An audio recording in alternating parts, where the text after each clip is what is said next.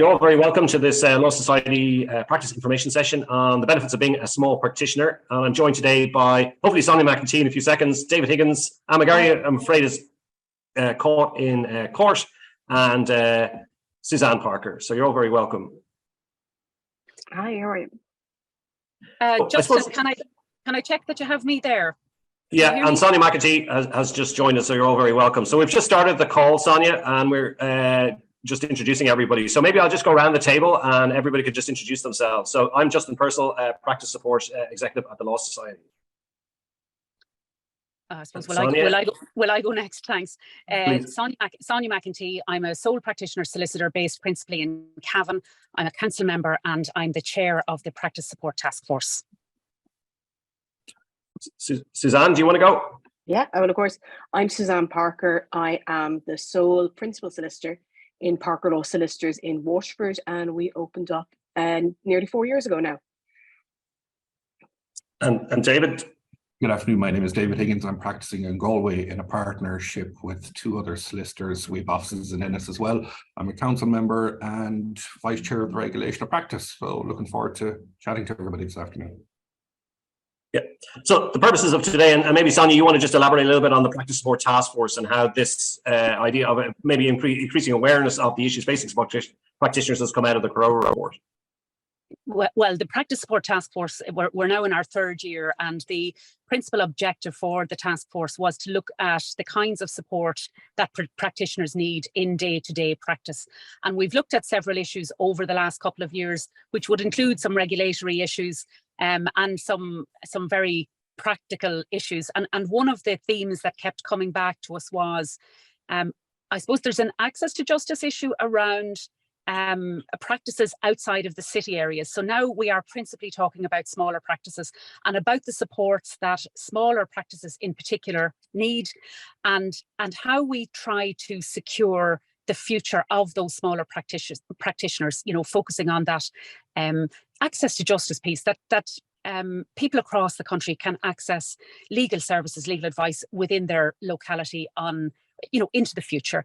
So we've seen over the years I'll say the flow of younger solicitors towards the city areas. We know that traineeship numbers in rural areas are very significantly down, and it's what the Law Society, I suppose, is doing or can do around supporting small practices that are outside the city or large urban areas into the future. So that's the big objective.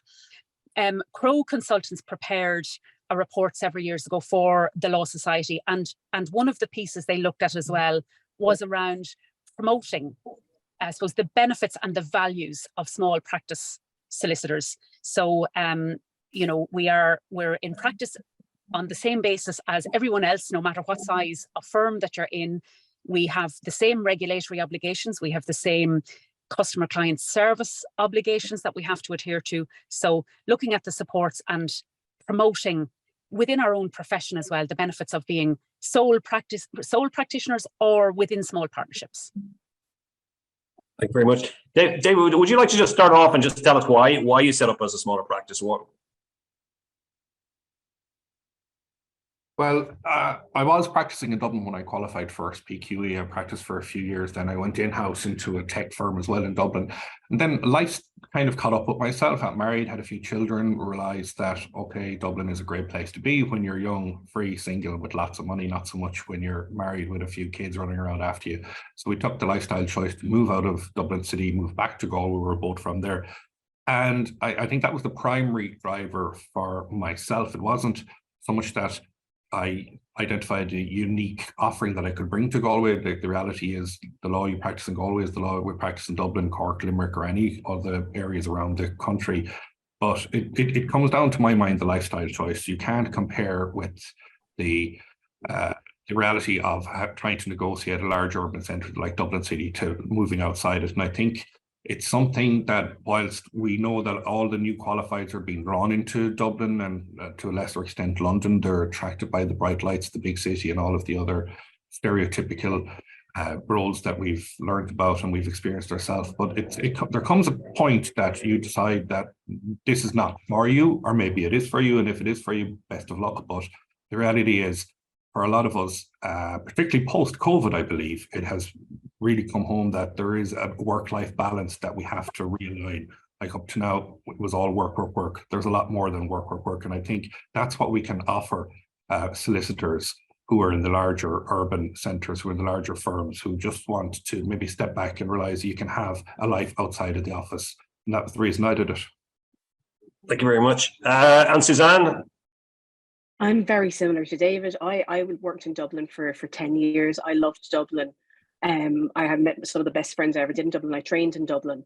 But I came to a stage, I think just after I got married, that, you know, I loved going to concerts on Tuesday night, but then there was no one to go to concerts with on a Tuesday night. And then I was too tired to go to a concert on a Tuesday anyway, so I might as well be anywhere in the world.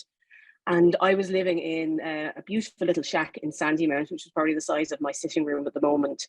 And myself and my husband probably would have killed each other there if we had to live there during COVID. So just came home from honeymoon. We said, right, we need to make a choice. What are we going to do with life?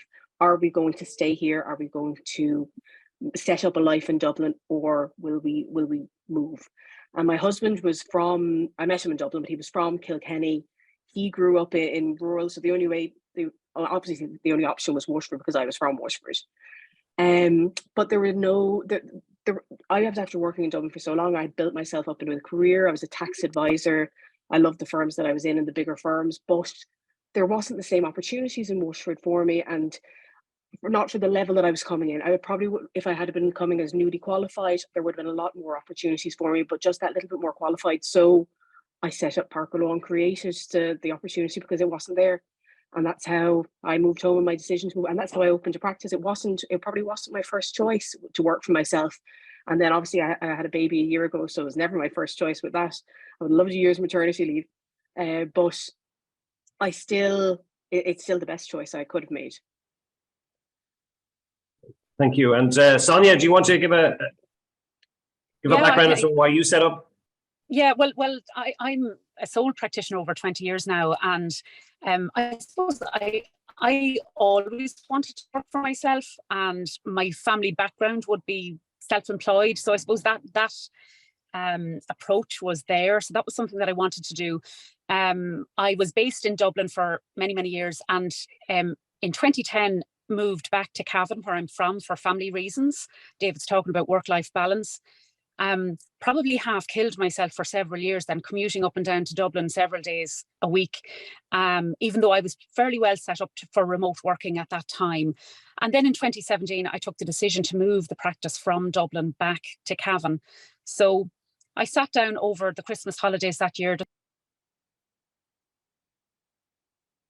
We might have just lost Sonia there. So Suzanne, maybe I'll ask you this question. So what preparation did you put into starting a practice? And you kind of alluded to maybe it wasn't your first choice. And then how have you handled the business aspect of setting up a practice? Well, the first thing I did was actually get in touch with the Law Society to find out what do I do. And I was set up with a lovely consultant, David Rowe, who set me on, I think that was his name. I know it was 4.5 years ago at this stage. Correct, yeah. He sent me on the right track, and we spoke through a lot of the things where things I never knew before around regulation, around accounting, around different forms, and the things that I took for granted that there was somebody else in the office doing. I was now responsible for everything. So he brought me through, and we had quite a good introductory session about how to set up. And that was probably that opened my eyes to what I needed to do. Putting everything in place, I did have some help from friends who had recently set up in Dublin. Lisa McKenna was one of the solicitors that helped me. Policies to put in place, different things for the office, because they're so important. As even in a small firm, when I opened up, it was myself, and now I've got 12 people working in the office with me. But having all of that in place was very important from the very start.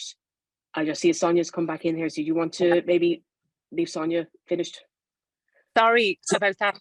Do you know, thanks, Suzanne? Yeah. Justin, I just say that for anyone else's benefit. I have all of these settings on my phone to try to train me to use the phone less, or to encourage me to put the phone down. So one of those time limits just came in there, which was why I dropped off the call. So I'm sorry. But very briefly, I was talking about actually moving the practice, and was going to do it all very organised, in a very organised fashion. went through my client list very carefully and identified those clients who I thought might say to me, we really want a Dublin-based solicitor, you know, that I might be at risk of losing. I made the move back. I did it all within about 6 weeks because my right-hand woman in Dublin gave me her notice quite unexpectedly. And not one client left me.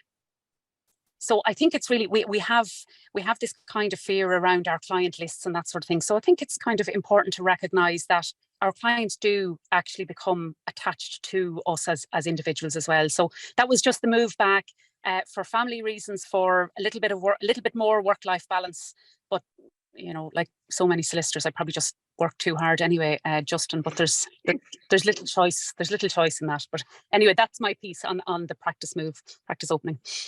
As a follow-on question, can you hear me? Yeah, as a follow-on question to that is, like, when you were getting started, what sort of preparation did you put in place? Did you do a business plan? And then how have you adapted to the business aspects of running your own practice? I would say, going back to when I set up first, there was no written plans, I suppose, of any kind, but that was pre-Celtic Tiger. It was about just taking in the work, doing the work, and you know, generating the fee income from that work.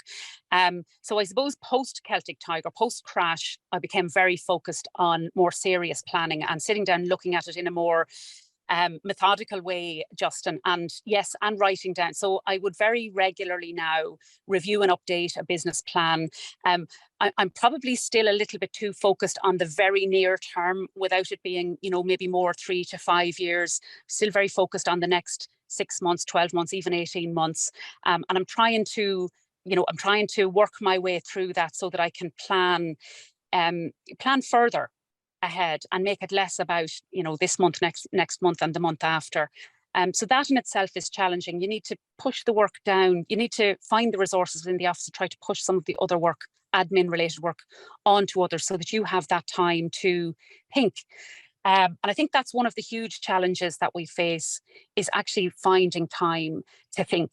And, you know, people who write on business topics and things like that would say to you, oh, you know, schedule time to think. And I think that's great, you know, yeah, schedule time to think, but we all know that scheduled time to think will just get overtaken by, you know, whatever the priority is for that particular day. So, so I'd be quite focused now on, you know, my reviewing the reports in the practice, budgeting on a regular basis and updating the budget regularly and things like that. So yes, quite a bit of business planning and business management on an ongoing basis. Thank you. And David, do you want to add to that on your sort of what preparation you put in place and then the business aspect of running? My preparation was going to the pub with loads of lads, getting them really, really drunk and finding out who was going to be the best fit for me to join up with. So I found that work. It took a lot of hard effort, obviously, over about 6 or 8 months. I went into partnership with 2 other guys. I never really wanted to be a sole practitioner. They have moved on. One has retired, one has become a county registrar. So then I found myself as a sole practitioner, despite my best efforts, but I've joined with a couple of other partners since.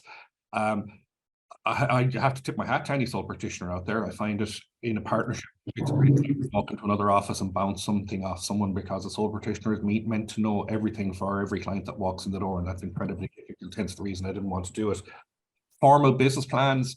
We did use David Rowe no more than Suzanne did at the start, basically to try and get an idea how we would work out things like capital drawings, all that stuff, just to get a feel as to what was happening normally out there, because this was new to a lot of us and we got some good steerage from him. We didn't have a formal business plan. I found over the last number of years that lawyers tend to be the worst business people in the world. We have this perception, well, historically there was a perception you qualified, you put up a brass plaque and then the business just walked in the door to you. And to a certain extent that was true.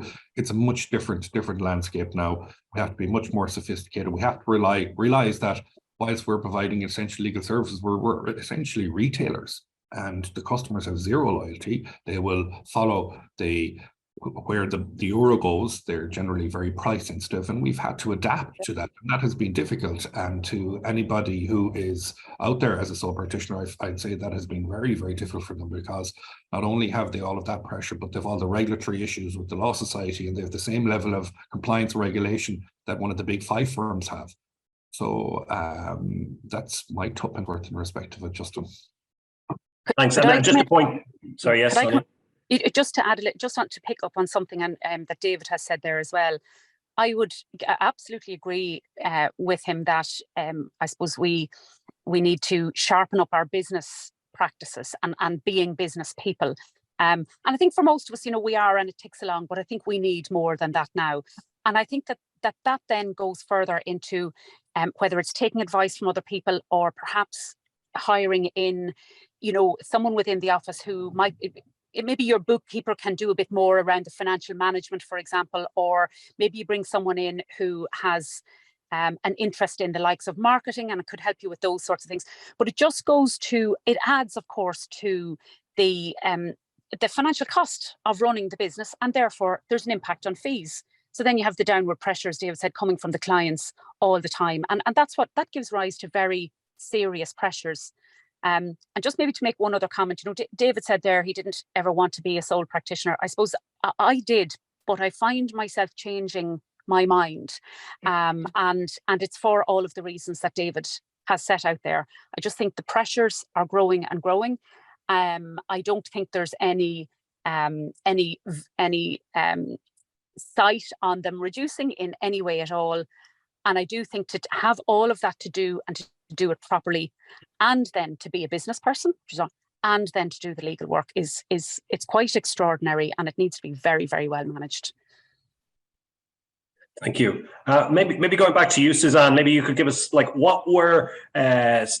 the main advantage of setting up, and then maybe what do you think could change in setting up that would make it a little bit easier for you or in running the practice? Well, one of the first things that I found very difficult was getting PI insurance. And that was the very first time. It was March, it was mid-year, and I couldn't get terms off any company.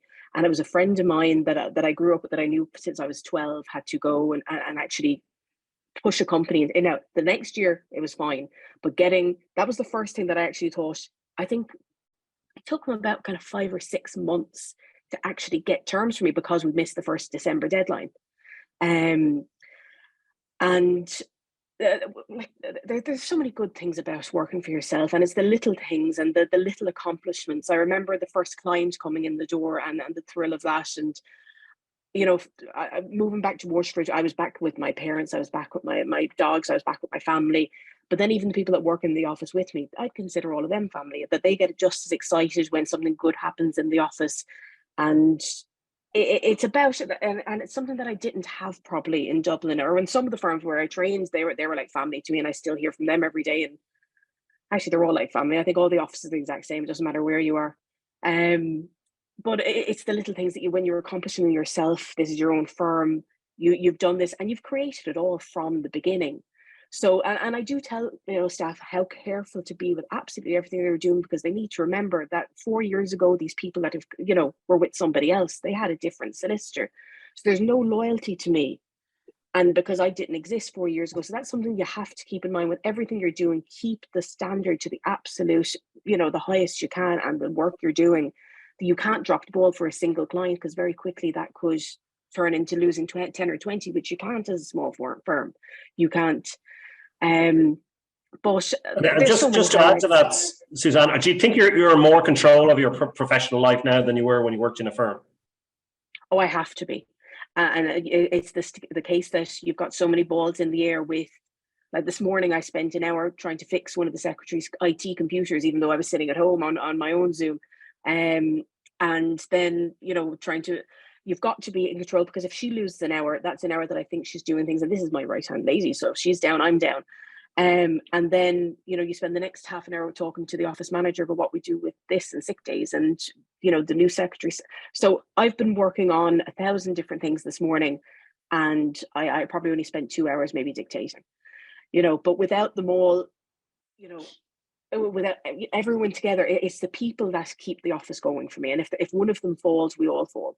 So they're just as important as me being the face of the office. So I think kind of good people, and that is something that I found difficult when I did come to Waterford, is that you didn't have the same amount of people available working for you, that it was that we had to put an awful lot of work into finding the right people that fit the office. I know I'm jumping in completely somewhere different, but that was one thing that that is difficult. So we put up, I think, a job for office administrator, and we got maybe 200 applications for the job, and probably 2 of them were right. that actually fit the work that we needed them to do. The same with kind of, we got a lot of very qualified people for internships, but they were people that already had traineeships ready to go in Dublin. And so, Sonny, yeah, I was just, could I come in just and ask Suzanne a question, Justin, if that's all right? When you were looking at setting up, Suzanne, did you look at or to the Law Society for any kind of support? And if you did, what kind of support did you find? And if I was to ask you, what did you not find that you think should have been there? Because this is one of our focuses, and this is one of the purposes in setting up this call today, was to look for what is it that we think we can do to support. So I've come from Dublin down the country, you've come from Dublin down the country, and David has come from Dublin down the country. 3 different routes perhaps, but if I was to say to you now, what was the support that wasn't there that you would have liked to have had and that you think would have been of value to you when you were setting up? I think you had just disconnected. One of the first things I did when I decided to set up was contact the Law Society to see what I had to do. And they put me in contact with David Rowe, who we sat down for, I think, 2 or 3 hours doing an introductory session. We touched on an awful lot of things, what I should have in place. It was still then my job to go and make sure. I think the main things for me on a daily basis would be around IT, something like that. And I know it's something small, but just that little bit of to understand what you need to do, how you need to set this up, something like an account system. I think, and like at the very start, I had a sister who was an absolute amazing on Excel. She set me up an account system because I couldn't afford one starting off on the first day. I couldn't afford Courtbase or Access. I think I went looking for something like Keyhouse, and the servers would have cost me a fortune to start it off. So things like that. It's about keeping the costs focused about what you need to do. So an Excel sheet can do the exact same thing as accounts if you know how to use Excel properly. And she was able to kind of make me a version of Office client, so everything was being tracked properly, because I would have been in probably an awful lot of trouble by the Law Society if that wasn't followed very closely. Something like that kind of says, okay, you're not going to have the ability to buy the big software programs, buy the things, a little bit kind of focusing people about how to keep themselves in order without having the big software package. And then even if you bought the big software package, you're not going to be able to afford the staff to input the information every day and something like that, or the additional account. So the person starting off on their very first day, this is what you have to do. You have your first client, this is how you give them a code, and this is how you track the information from them. Something like AML, that's, every solicitor would have had to do it, whether they worked in Dublin or any firm. You're able to cover that yourself, and you understand an awful lot about that. But I wouldn't have understood. I would have always walked into a computer and pressed go, and everything is there available for me. So something like that around how you actually work the business side of things, so you can comply. And I had a Law Society audit, I think 2 years after I set up, and all of these forms that were probably happening in the background in other offices. Now I was able to, I think some of the risk forms I was able to catch up on quite quickly, but things like that, maybe some kind of a little pack about this is what you're doing, this is what you will need to think of. And because it's a bit more than, as you said, kind of put the plaque on the door and then we go. There's 100 different things around, even around employment handbooks and things like that. You don't realize that you need to have this stuff until the day that you have a problem with an employee. So if there was, for example, say a day or a 2 day, there certainly used to be a day or a 2 day setting up your practice, and I'll say in-person event, right? A series of seminars that would cover off on a subject by subject some of what you said. Would you have taken the time to go and do something like that? I would have, and I would have had the time then. When you're setting up, when I first set up, I had time to go and lecture and write things. And it's because you had your 2 or 3 clients the first week and you were fine. You'd know something like that. I probably wouldn't have the time to take 2 days now to do it. Yeah. But at this stage, I've had a very kind of steep learning curve on everything that I've had to, put it together quite quickly and be ready to go. But 4 years ago, I definitely would have. I was there. And what about the in terms of you mentioned being a tax advisor and that sort of thing. So in terms of coming from that kind of a more niche or specialist area, or maybe bigger firm, back to I suppose, grassroots, all right, in Mm. terms of practice and what you do now on a day-to-day basis. Do you think you would have benefited from, let's say, refresher type courses? So think back to your PPC and that sort of thing. So again, without being familiar with what your background actually was, but would you have benefited from, let's say, a couple of hours of a litigation update, of a probate update, of a conveyancing update, of some of the kind of key subjects, you know, planning, whatever it might be, some of those key subjects done on a, if I say, for qualified solicitors, but moving from more specialist areas back towards a more general type of practice? Is that something Yeah. that would have been of interest to you? I still do. And even because as I moved back, I was getting a little bit more family work, which I hadn't done since I trained. I did the family law diploma in the Law Society. This year, I'm doing the commercial conveyancing diploma. When I first moved back, I was a step advisor. So I kind of probate I was fine with. But there's a little bit of tax in everything. So even though I was a tax advisor and step advisor, there's the only thing that I probably wouldn't touch at the moment is crime, and it's because I've never done it, and I have no idea. I'd probably end up putting somebody in jail for years. I'd have no idea what to do with them. So that's the one thing that I say I can't touch. Anything else, if it's something very specialized, I get a barrister involved in it, and that's kind of what you do. But I do update education, and I have done a new diploma every year since I've qualified, just to make sure that I'm always aware of what's happening. And that I think the worst thing you can do is kind of go stale on knowledge because it changes so fast. Mhm. So there has been things like that. But if, for example, something on conveyancing, if you weren't available, something like a 3-hour refresher course on what's changed. So someone that didn't know the change between the 2019 and 2020 with the new conveyancing practices coming in, if you weren't aware of that, and you went from working in it in 2015 and going back to it in 2020, you could kind of miss what you're meant to be sending out in contracts or reviewing, something like that, that they didn't realize you were streamlining the process. It would be very helpful. Yeah. Yeah. And maybe it could be a cushion pick that you can go back to kind of some kind of a CPD or a 3-hour, something like this. You can just get a refresher on what's today's practice for this. That would be a great idea.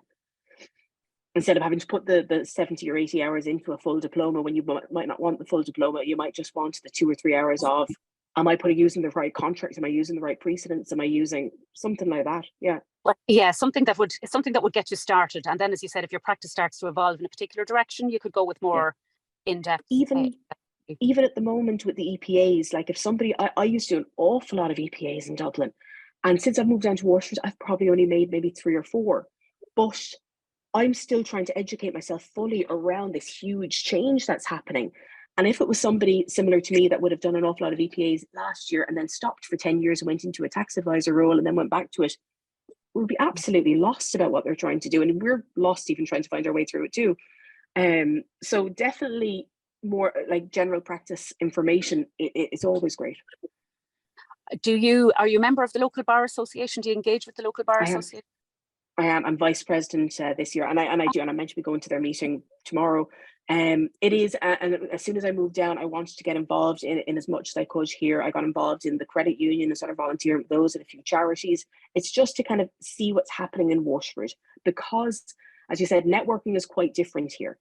It's still a city, but it's still, if you're not from Waterford and you train in Waterford, you don't have the same contacts as you would. I would have probably 100 solicitors in Dublin to do anything with, but in Waterford I didn't have the same support. So I did join all of these groups on purpose to make the contacts. Yeah. Okay. So Sonia, we're coming to the end of the call, and there is a query there, and I don't know what we want to do with this. What's the rationale for no limited liability for small practices? Oh, I'd be delighted to take that question, and to answer you quite frankly, there's no rationale for there being no limited liability for small practitioners. There's no logical reason for it. I suppose it's an historic thing that professionals were always subject to personal liability in respect of whatever their work was. Obviously, for people in partnerships, that question was addressed more recently with the limited liability partnerships. I know, Justin, going back to, and this was what brought me to being involved. It was actually that question that brought me to getting involved in the Law Society, and I put a motion into the AGM, I think it was in 2009, on this question, and it was passed with unanimous support, and still nothing has happened. And I think it's down to no political will to engage on this question. And unfortunately, as sole practitioners, we need to look at other ways of protecting ourselves.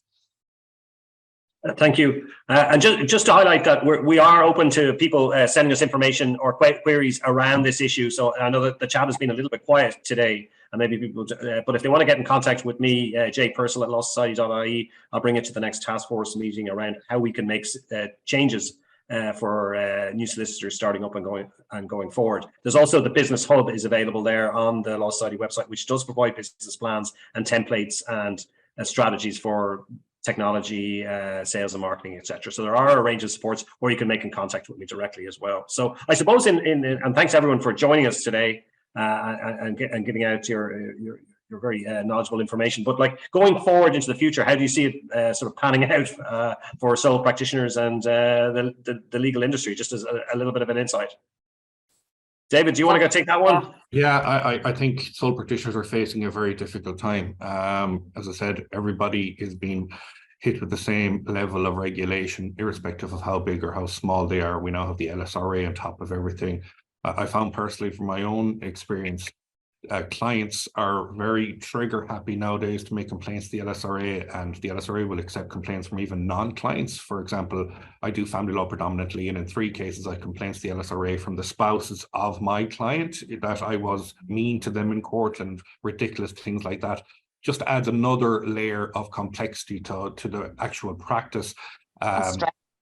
And stress. The sole practitioner, as traditionally we would have known them in the community, being the stalwart and the font of knowledge for everybody, I think that's getting very difficult. I think the hardest thing you will do, or the hardest thing you have to learn, is to say no to business coming in the door, to know your limitations, because you can be overwhelmed, you can take on too much, particularly when you start up first.